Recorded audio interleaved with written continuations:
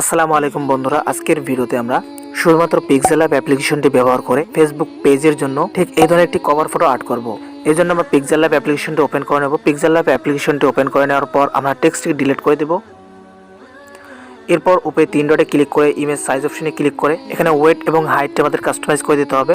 তো আমি এখানে দিচ্ছি 3500 আর হাইট দিচ্ছি 1296। তো এটা আপনারা দিয়ে দেবেন। এরপর এরকম একটি সাইজ চলে আসবে। নেক্সট আমাদের ব্যাকগ্রাউন্ড কালারটি কাস্টমাইজ করে নিতে হবে। এর জন্য এই অপশানে ক্লিক করে কালারে ক্লিক করে দিতে হবে। এখানে দুইটি অপশন দেখতে পাবেন, কালার অ্যান্ড গ্রেডিয়েন্ট। তো আমরা এখান থেকে গ্রেডিয়েন্ট অপশানে ক্লিক করে প্লাস এখানে ক্লিক করে দেবো।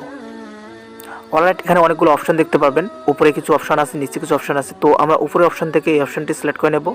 এরপর এখানে মাঝখানে একটা ডট চলে আসবে এবং কর্নারে একটা ডট আসবে। তো আমরা এই কর্নারের ডটটিকে এভাবে বের করে নিয়ে আসবো,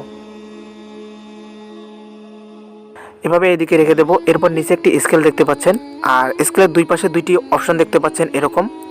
তো আমরা এখান থেকে ফার্স্টে এই অপশনটিতে ক্লিক করে দেব আর এই ডটটিকে এই জায়গায় নিয়ে আসবো। এরপর কালার অপশনে ক্লিক করব। দেন এখান থেকে আমরা কালারটিকে এভাবে কাস্টমাইজ করে নেব। রাইট অপশনে ক্লিক করে দেব। এরপর এখান থেকে এই অপশনটিতে ক্লিক করে কালার অপশনে ক্লিক করব। মাঝখানে স্কেলটিকে একদম মাইনাস করে দেব ব্ল্যাক। এরপর আমরা এই ডটটিকে এভাবে একটু কাছে নিয়ে আসবো এভাবে। দেন রাইট অপশনে ক্লিক করে দেব। তাহলে এরকম একটি ব্যাকগ্রাউন্ড ক্রিয়েট হয়ে যাবে। এরপর এখান থেকে রাইট অপশনে ক্লিক করে দেব। দেন মাঝখানে অপশনে ক্লিক করব, অথবা আপনারা চাইলে উপরে প্লাস আইকনে ক্লিক করে দিতে পারেন। এখান থেকে ফ্রম গ্যালারি অপশনে ক্লিক করে দেবেন। এরপর এখানে একটি ফটো অ্যাড করে নিচ্ছে আমার ফটো। আর অবশ্যই আপনারা যে ফটোটি অ্যাড করবেন এটার ব্যাকগ্রাউন্ড অবশ্যই ইরেজ করে নিতে হবে।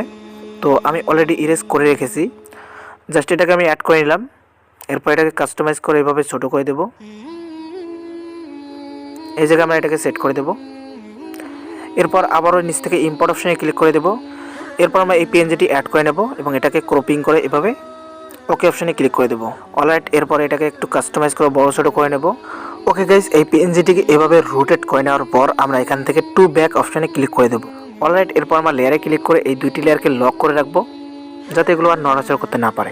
এতটুকু হয়ে গেলে আবারও আমরা এখান থেকে ইম্পোর্ট অপশনে ক্লিক করে দেব। এরপর আমরা এই সোশ্যাল মিডিয়ার পিএনজিটি অ্যাড করে নেব। অলরাইট, এরপর আমরা এটাকে রিসাইজ করে ছোটো করে নেব। এরপর এই অপশনে ক্লিক করে টেক্সটে ক্লিক করে দেব। আর কাজের সুবিধার্থে আমরা এটাকে জুম করে নেব। এরপর এখানে ডাবল ট্যাপ করে এটাকে ডিলিট করে দিব। এখানে আমরা আমাদের ফেসবুকের ইউজার নেমটি দিয়ে দেবো এবং এটাকে একটু ছোটো করে নিয়ে এভাবে অ্যাডজাস্ট করে নেব। দেখতে পাচ্ছেন আমি ফেসবুক, ইনস্টাগ্রাম এবং ইউটিউব চ্যানেলের ইউজার নেমগুলো দিয়ে দিলাম।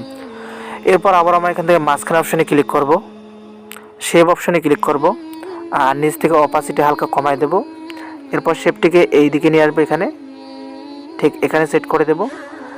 এরপর এভাবে এটাকে চাপাই দেব।